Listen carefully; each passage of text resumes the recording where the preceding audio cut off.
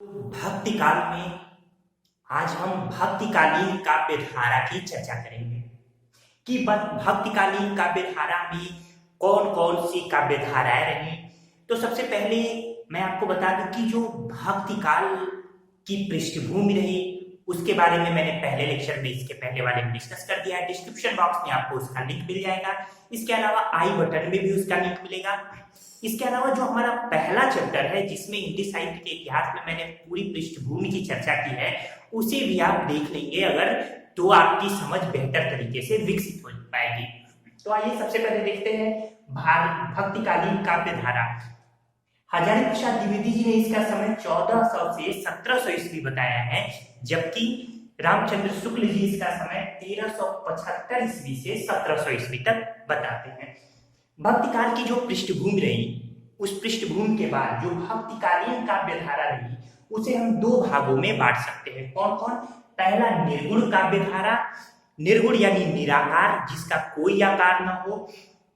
दूसरा सगुण काव्य धारा, सगुण यानी ईश्वर जो है अवतार के रूप में, मनुष्य के रूप में ईश्वर का चरित्र चित्रण। तो इस तरीके से निर्गुण काव्यधारा और सगुण काव्यधारा। निर्गुण काव्यधारा को पुनः दो भागों में बांटा गया, संत काव्यधारा जिसे ज्ञानाश्रयी शाखा भी कहा गया और सूफी काव्यधारा जिसे प्रेमाश्रयी शाखा भी कहा गया। इसी तरीके से सगुण काव्यधारा को दो भागों में बांटा गया है। कौन कौन? एक राम भक्ति काव्यधारा और दूसरा कृष्ण भक्ति काव्यधारा। ये दोनों अवतारवाद की अवधारणा से संबंध रखते हैं। निर्गुण काव्यधारा की बात अगर हम करें तो ये जो संत कवि हैं, ढेर सारे संत कवियों का नाम हमारे सामने आता है जिसमें कुछ प्रमुख है कबीरदास, रामानंद, नामदेव, इसके अलावा रैदास, फिर नानक देव, रज्जब, दादू दयाल, फिर इसके अलावा अन्य भी ढेर सारे नाम हमारे सामने आते हैं जैसे धर्मदास है, सेना है। हम आगे जैसे जैसे क्रम से लेक्चर को आगे बढ़ाएंगे सारे कवियों और उनकी प्रमुख रचनाओं के बारे में भी देखेंगे। फिलहाल आपने यहाँ कुछ नाम जाने, कबीरदास, रामानंद, नामदेव, रैदास, नानक, रज्जब, दादू दयाल, सुंदरदास, इसके अलावा सहजोबाई, इसके अलावा सेना, सदना, धर्मदास, ये प्रमुख नाम मिलते हैं। अगर हम बात करें सूफी काव्यधारा की यानी प्रेमाश्रयी शाखा के प्रमुख कवियों की तो उनमें मलिक मोहम्मद जायसी, मुल्ला दाऊद, कुतुबुन, मंझन, ये कुछ प्रमुख नाम हमारे सामने आते हैं। आपकी परीक्षाओं में पूछे जाते हैं निम्नलिखित में कौन प्रेमाश्रयी निर्गुण प्रेमाश्रयी शाखा से संबद्ध है, निम्नलिखित में कौन निर्गुण ज्ञानाश्रयी शाखा से संबद्ध है। इसलिए इन कवियों के नाम याद रखने जरूरी है। अगर हम विशेषताओं की बात करें संत काव्यधारा की यानी ज्ञानाश्रयी शाखा की तो निजी धार्मिक सिद्धांतों का यहाँ पे अभाव मिलता है। यानी जो अद्वैतवाद की शंकराचार्य की अवधारणा थी कहीं ना कहीं उसी अवधारणा को निर्गुण कवियों ने भी अपनाया। अपने विचार कम बल्कि पुराने विचारों को ही ये मानक मानकर आगे बढ़े। आचार पक्ष की प्रधानता पर इन्होंने बल दिया, नैतिकता पर इन्होंने बल दिया। क्योंकि ये जो ज्ञानाश्रयी शाखा के महत्वपूर्ण कवि थे विशेषकर कबीरदास और अन्य, ये ज्यादा पढ़े लिखे लोग नहीं थे। कबीरदास जी तो अनपढ़ ही थे, इन्होंने खुद अपनी रचनाओं में स्वीकार किया है। इसके अलावा ये जो कवि थे वो निम्न जाति के भी कवि थे। यही कारण है कि इनकी जो भाषा रही ये सधुकड़ी की टाइप की रही, यानी खिचड़ी भाषा रही। खिचड़ी भाषा सधुकड़ी यानी ब्रज क्षेत्र की थोड़ी बहुत भाषा, थोड़ी अवधी भाषा, तो भिन्न भिन्न कई भाषाओं का मिश्रण दिखाई देता है संत काव्यधारा के ज्ञानाश्रयी कवियों में। इस तरीके से इनकी जो काव्य की मुख्य विशेषता है मुक्तक काव्य। काव्य की दो शाखाएं, एक मुक्तक एक प्रबंध। जो मुक्तक काव्य है, मुक्तक यानी छोटी छोटी दो दो चार चार पंक्ति की रचनाएं, जबकि प्रबंध काव्य बड़ी रचनाएं जैसे रामचरितमानस एक प्रबंध काव्य के रूप में, यानी बहुत पूरी रचनाओं का एक संग्रह ही प्रबंध काव्य के रूप में जाना जाता है। स्वच्छंद जो है दोहे भी इन लोगों ने, चूंकि इनकी रचनाएं मैंने बताया कि स्वच्छंद रही, सधुकड़ी रही, इधर उधर घूम घूम कर ये लोग रचनाएं किया करते थे। यही कारण है कि इनकी रचनाओं में स्वच्छंद दोहे दिखाई देते हैं। इसके अलावा उलट बासी भी, उलट बासी यानी कहा कुछ और जाए और संबोधित किसी और को किया जा रहा है, तो इस तरीके से इनकी उलट भाषी भी इनकी रचनाएं रही। हालांकि इनकी रचनाओं में आलोचना का अभाव दिखाई देता है। बहुश्रुत कवि भी हुए। बहुश्रुत कवि उन्हें कहते हैं जो सुनी सुनाई बातों के आधार पर रचनाएं किया करते हैं, उनको बहुश्रुत कवि कहा जाता है। तो इस तरीके से गुरु के प्रति भी श्रद्धा दिखाई ज्ञानाश्रयी शाखा के कवियों ने। तो इस तरीके से ढेर सारे पक्ष रहे इस ज्ञानाश्रयी शाखा के और इनकी ये विशेषताएं आपने यहाँ देखी। इसके बाद हम आते हैं सूफी काव्यधारा यानी प्रेमाश्रयी शाखा। प्रेमाश्रयी शाखा की जो विशेषताएं रही वो इश्क मिजाजी यानी लौकिक प्रेम से अलौकिक यानी इश्क हकीकी तक, यानी लौकिक प्रेम से अलौकिक प्रेम की बात की जाती है। ये जो सूफी संतों का प्रेम था ये अन्य जो स्त्री और पुरुष का प्रेम है उससे तनिक अलग है। ये यहाँ पे ईश्वर और साधक के बीच का प्रेम है, लेकिन सूफी संतों ने ईश्वर को की साधना पत्नी रूप में की है और साधक को पति रूप में माना है। इस तरीके से सूफी संतों की विशेषताएं मसनवी शैली रही। मसनवी शैली में सबसे पहले ईश्वर का गुणगान किया जाता है, फिर राजा का गुणगान किया जाता है और इसके बाद गुरु का गुणगान किया जाता है। तो ये शैलियां मसनवी शैली कहलाती है। तो मसनवी शैली मुख्य विशेषता है सूफी काव्य धारा की। श्रृंगार रस की प्रधानता इसमें दिखाई देती है, लेकिन मैंने बताया ये श्रृंगार तनिक जो अन्य श्रृंगार है एक स्त्री प्रेम का उससे अलग होके साधक और ईश्वर के प्रति, साधक का ईश्वर में लीन हो जाने के प्रति श्रृंगार है। इसी तरीके से अवधी व क्षेत्रीय बोली का इनकी भाषाओं में यानी इनकी रचनाओं में बोलबाला दिखाई देता है। मुहावरेदार भाषा भी है।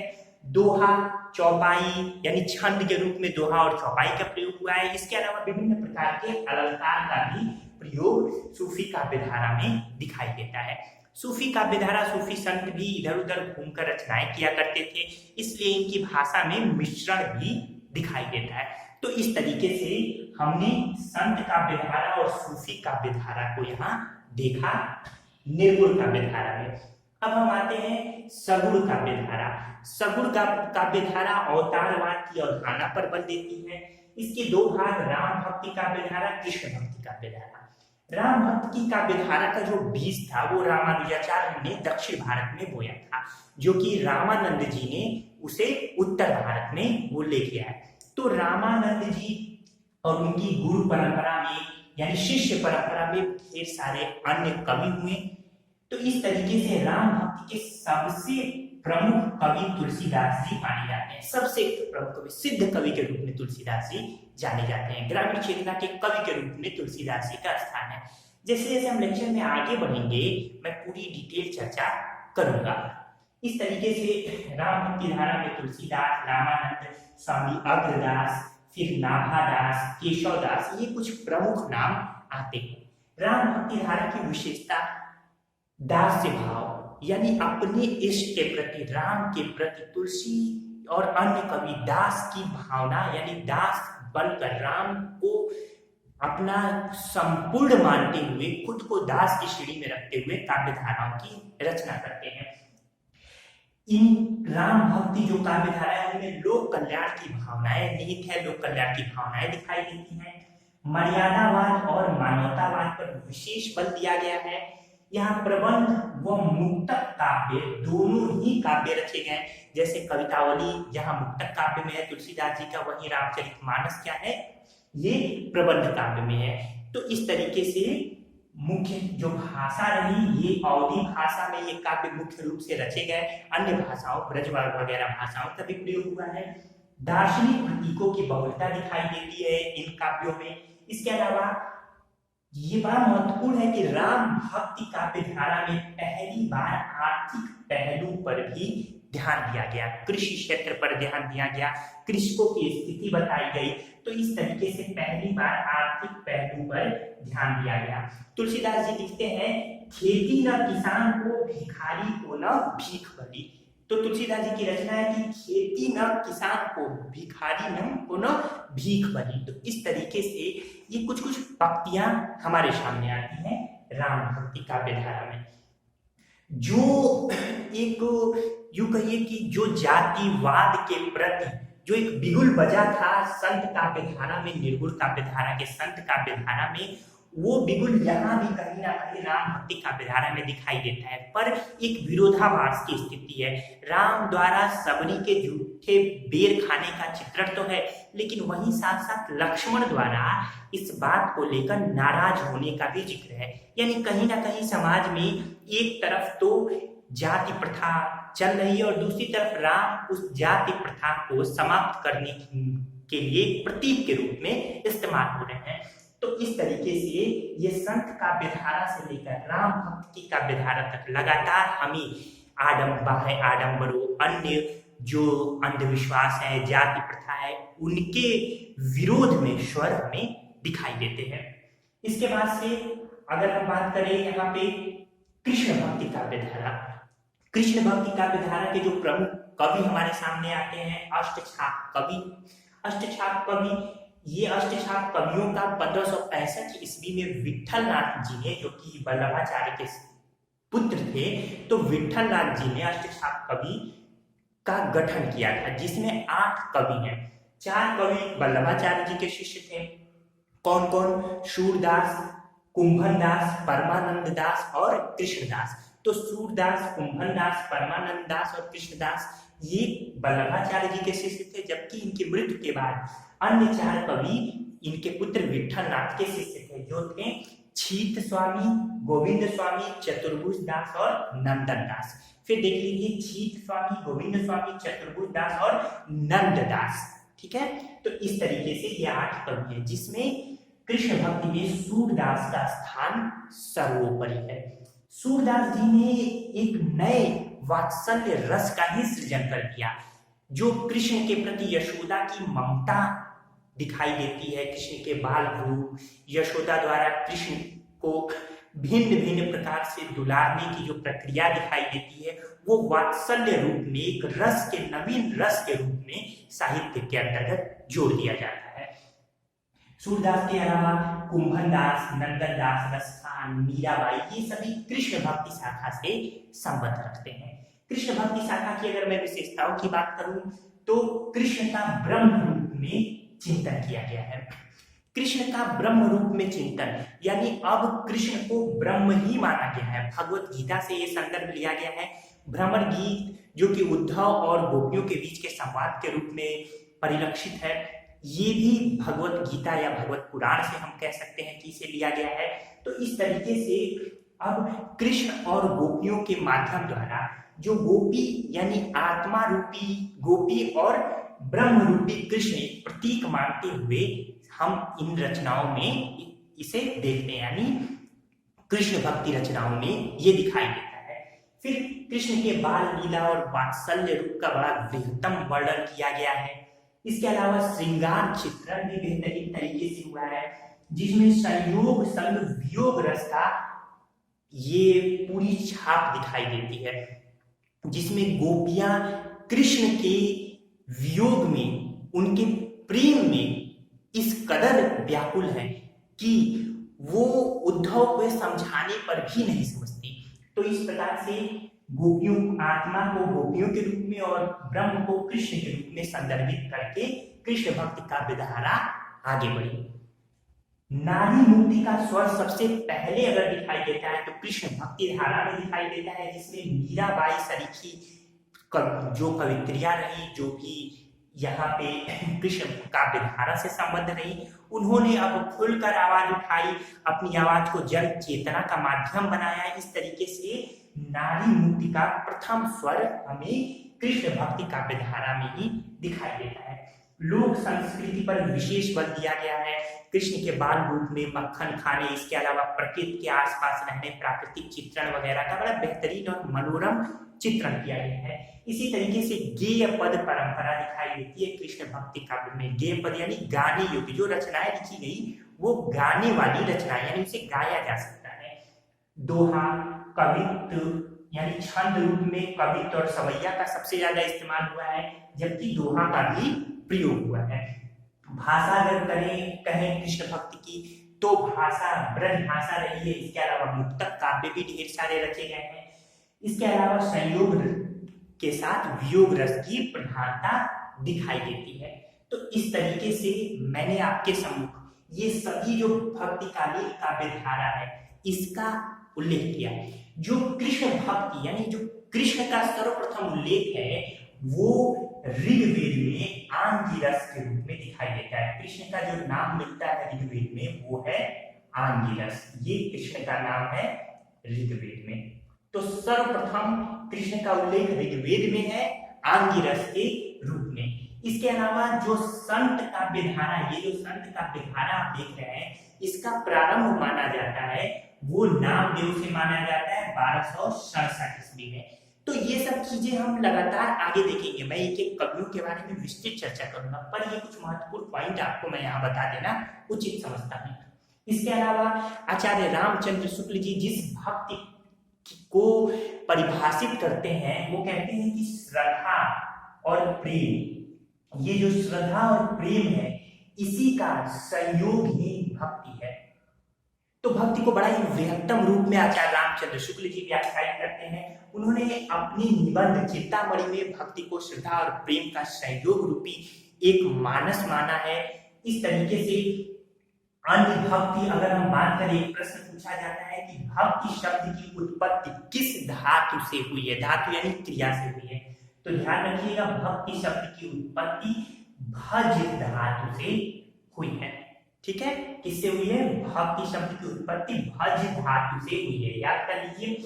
कबीरदास जी की ढेर सारी रचनाएं भी हमारे सम्मुख आती हैं, जिनमें कुछ प्रमुख रचनाओं की अगर बात करें तो भक्ति द्राविड़ उपजो, इसके बाद है कि एक कबीरदास जी की रचना आती है भक्ति द्राविड़ उपजी लाए रामानंद, फिर प्रगट किया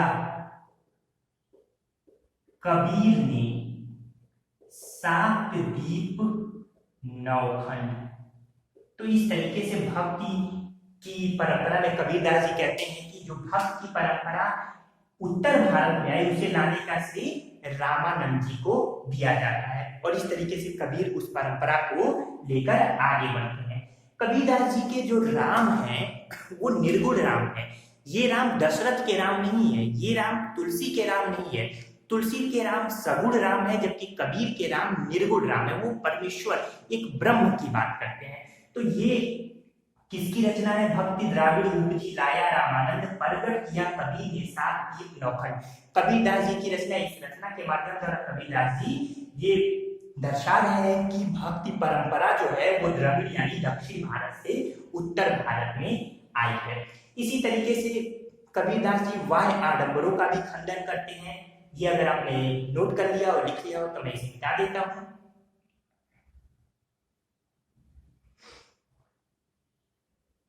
जिसमें कबीर कहते हैं कि तंत्र न जानू मंत्र न जानू, मंत्र न जानू जानू सुंदर काया, सुंदर काया, यानी तंत्र न जानू मंत्र न जानू जानू सुंदर काया, यानी जो बाय आडंबर है, तंत्र मंत्र है, इसका भी कबीरदास जी खंडन करते हैं। इसी तरीके से कबीर कहते हैं कि मसी कागज छुयो नहीं कलम गहो नहीं हाथ। तो मसी कागज छुयो नहीं कलम गहो नहीं हाथ, यानी मैंने कागज कलम को हाथ नहीं लगाया। कुल मिलाकर कबीरदास जी अपने अनपढ़ यानी न पढ़े हुए लिखे होने की जो बात है वो अपनी रचना के माध्यम द्वारा बता रहे हैं। तो कबीरदास जी की रचनाओं का संग्रह बीजक के रूप में शामिल है, बीजक का नाम दिया गया है। ये रचनाएं पूरी, इसके बारे में मैं बताऊंगा कि किन्होंने इन रचनाओं का संग्रह किया है। कबीरदास जी की ढेर सारी रचनाओं में वो कहते हैं कि जाति न पूछो साधु की, पूछ लीजिए ज्ञान। तो इस तरीके से ज्ञान की परंपराओं को कबीरदास जी आगे बढ़ाते हैं।